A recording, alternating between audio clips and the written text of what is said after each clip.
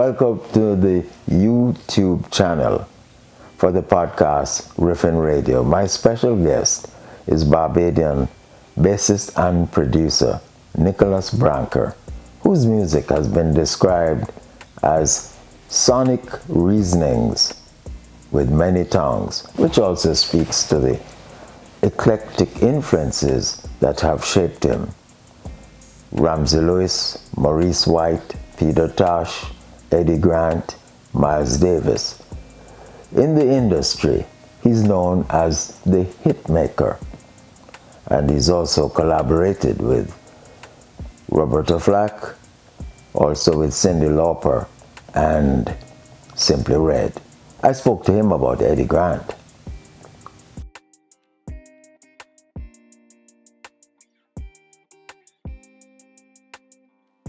Nicholas Brancker, good to see you, my friend. Yes, sir, Brother Dermot. How are you doing? All is well? So far, given the circumstances.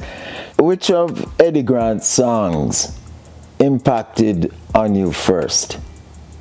I can remember as a boy hearing Hello Africa and Neighbor Neighbor. Those were the two first songs I think I heard from him. They were both from his Message Man album, which I think was in the mid-70s, somewhere around there.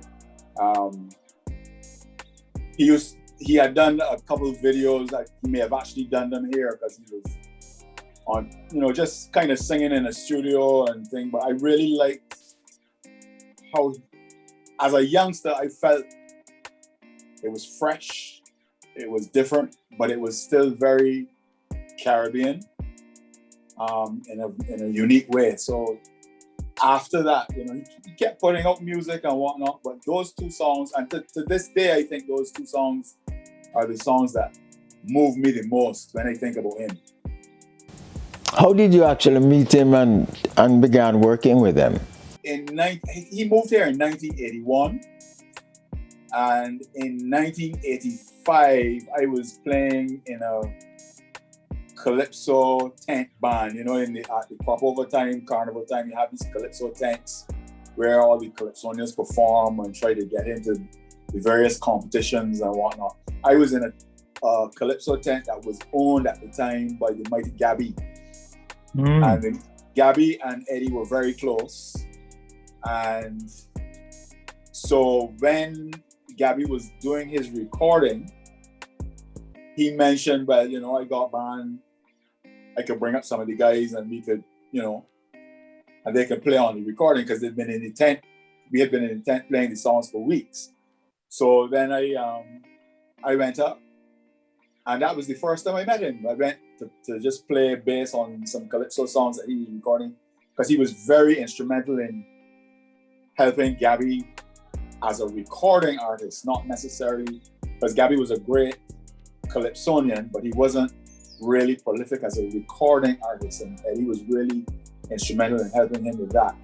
And I played on most of the recordings that he did from 1985 on for Gabby, and that's how I met him. And then he was going on a world tour at the end of 1985, and I got a call to come and audition to play in the band, and I went. And it was a nerve-wracking experience for me because I was like 19. And he asked me to play Walking on Sunshine. And I think it was I Don't Want to Dance Anymore. I Just Don't Want to Dance. Those two songs. Yeah. And I did it. And then he said, well, if he wants the gig, he's in.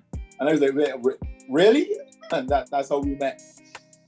I mean, going out at age 18, what was it like for you? I mean, it was a different world, wasn't it? A brand new world. Yeah. I mean, I grew up, I suppose, like every other youngster who liked music, idolizing bands from America, and in those days it was Earth, Wind and Fire and Parliament and the OJs and whatever it was. And you always had this image of them performing and traveling around the world and playing for thousands of people and, just being ambassadors for their countries. And I had always dreamed about what it would be like to go on a world tour. I never thought that my first professional gig really would have been going on a world tour. And that, just to, fly around the world, on the private jets and, going to the hotel and being treated like royalty, and then going to sound check and performing and seeing how people responded to the music was really, really motivational for me. And I think it set me up to be very conscious of how important the music that you make is, because you kind of could get caught up in trying to please the people that are around you, but it is not really the people around you that you're trying to reach. It is the whole world you're trying to reach. And I'm really, really glad that I had that opportunity to work with Eddy. I worked with him I toured with him for about 6 months. But I worked with him in the studio all the time. Up to 2 years ago, we were in the studio working on that. What do you think was the nature of his impact internationally? Because he has been able to achieve some amazing things that no other Caribbean artist really of his contemporary, has achieved. But I think what Eddy did was, he's a very, very individualistic person, and he's extremely confident in himself and his expression. And what I think is different with Eddy from most other, if not all other Caribbean artists, is that he sees all of the music that is made in the Caribbean as his. It is his history, it's his future, it's his present. So he is not, you can't call him a reggae artist, you can't call him a calypso artist, you can't call him a zouk artist. He uses all of those influences in ways that are very pop oriented, because don't forget, he grew up in England, and the Equals was a multiracial band. That's right. So there was a sensibility of what pop music was, what kind of songs worked, and he found a way to put those two things together in a way that nobody else has done or can do, really, because he is who he is, And I think also he has I don't even think he would try to impress upon you that he is a great singer. But you can't not know it's him when he's singing. There's a definite sound and a definite approach, and there's a conviction and love that you get in his vocal that I think is infectious, all those things. And then on top of that, Dermot, he is really a very canny businessman. He's not guessing, he's very strategic, and he's very conscious about his image and the ownership of his music and how it is used and where it is played. And he plays the long game. He's not looking to be, a flash in the pan. I want to be successful today, I want to be on TV. He's not that guy. He's playing the long game. He can wait and strategize and be patient. And I think that makes him separate from a lot of other people. He doesn't define himself by his popularity. It's interesting that you mentioned earlier that he sees Caribbean music as part of his history.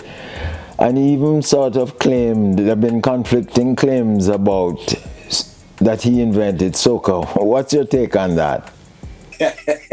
Them is quote minefields. You gotta walk through there, dog. You put me in minefield. What I would say is that everything that Eddy did or has done or will probably ever do has a unique stamp on it.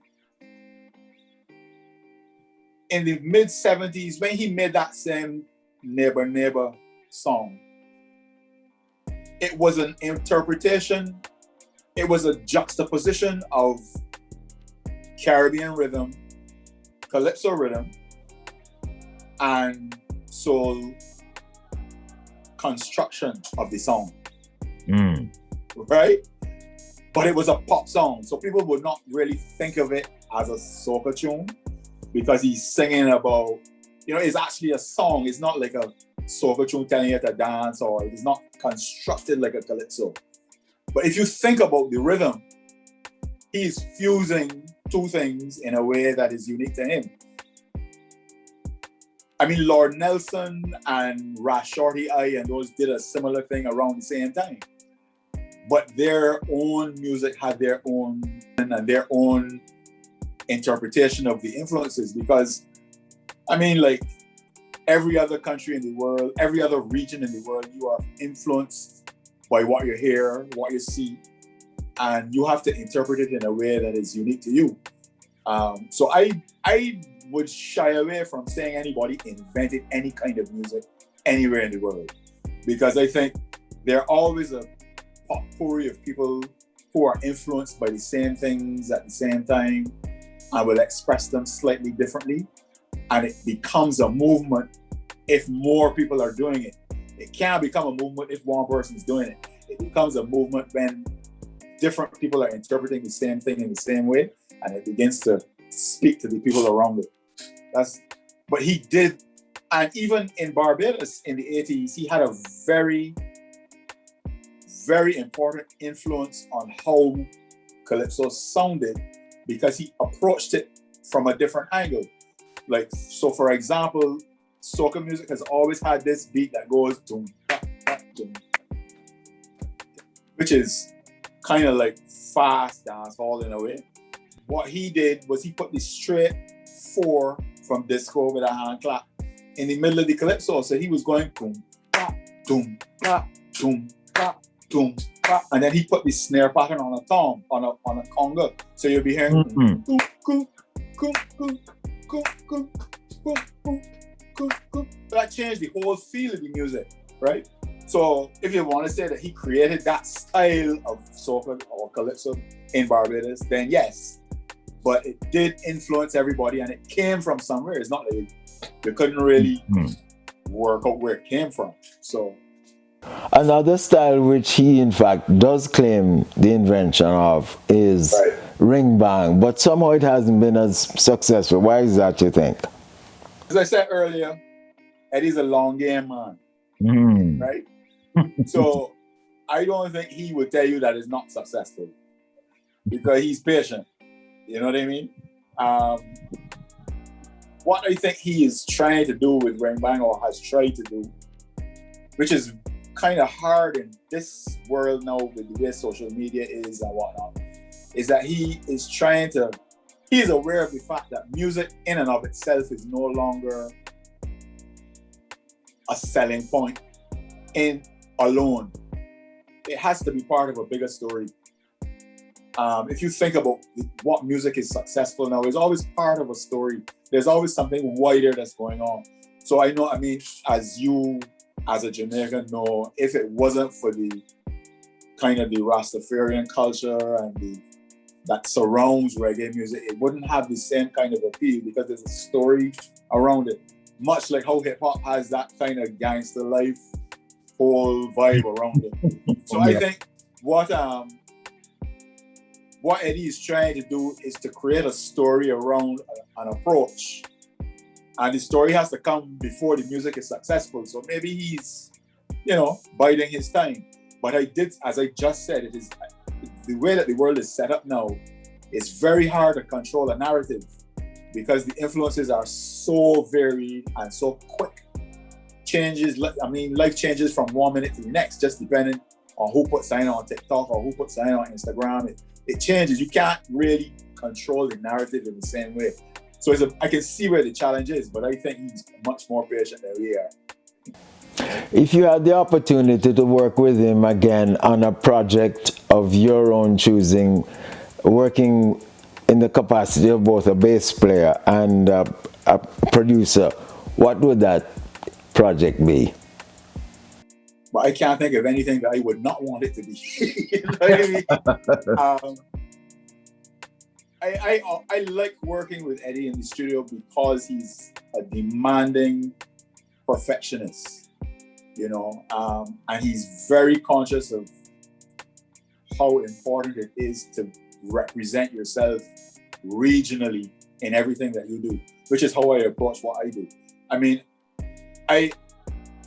what I would like to be able to say with him, and there are a couple other people in the Caribbean as well, I would like to be able to work on music that highlights how brilliant we are as musicians in this part of the world.